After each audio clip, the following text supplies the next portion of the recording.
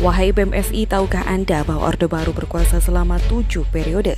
Ditulis oleh Cak Sud dari siwa.com. Tentang kesejahteraan.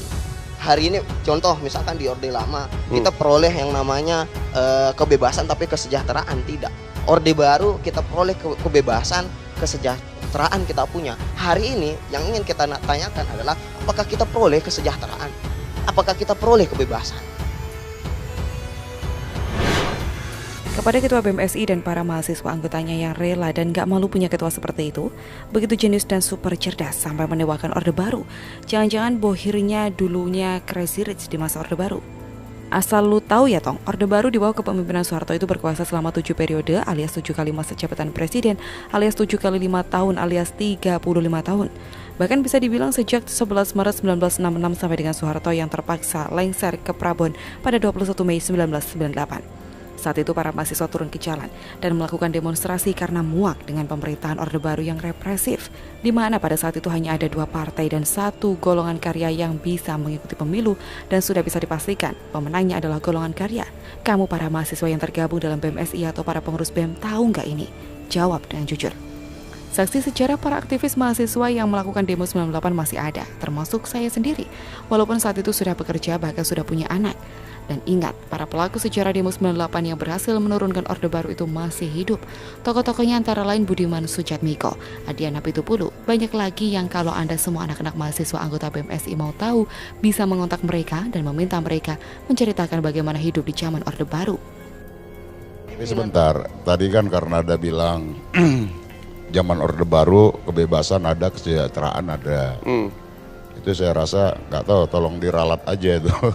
Orde Baru itu ya tidak ada yang namanya tidak ada kebebasan, ya kesejahteraan ya kesejahteraannya semu gitu loh. Jadi maksud saya teman-teman mahasiswa tapi juga semua gitu bang. Ya teman-teman mahasiswa juga harus objektif karena kebebasan tidak ada dalam alam masa Orde Baru, makanya lah kami dan teman-teman tahun 97-98 menentang itu, memperjuangkan adanya demokrasi.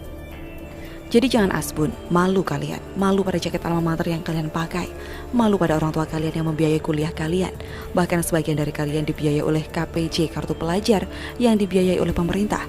Kalian tahu, pada zaman Orde Baru ibaratnya jangankan berbicara, kentut mengkritik pemerintah pun Anda bisa hilang di telan bumi, lenyap tak berbekas.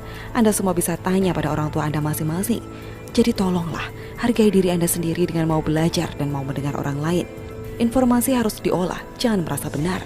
Kalau balok di depan mata tidak nampak, sedangkan jarum di ujung sana nampak, Anda semua dipastikan tidak akan bisa objektif memandang masalah.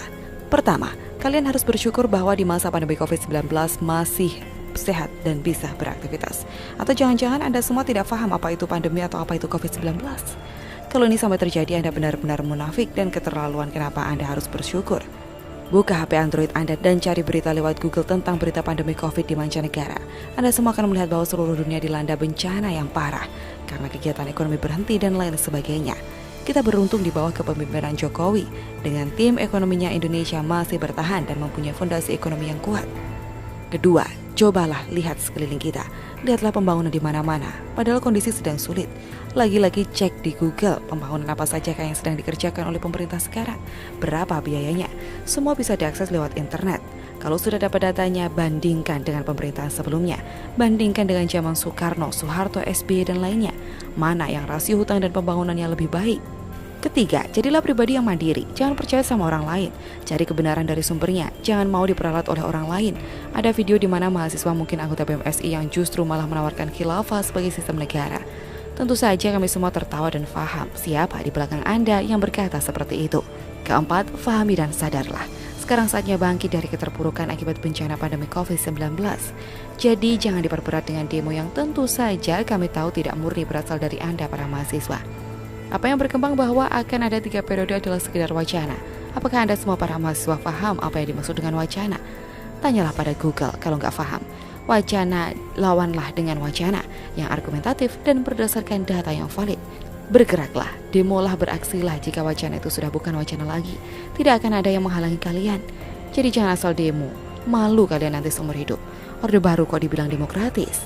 Atau jangan-jangan kampus Anda sudah dikuasai oleh ormas tersebut?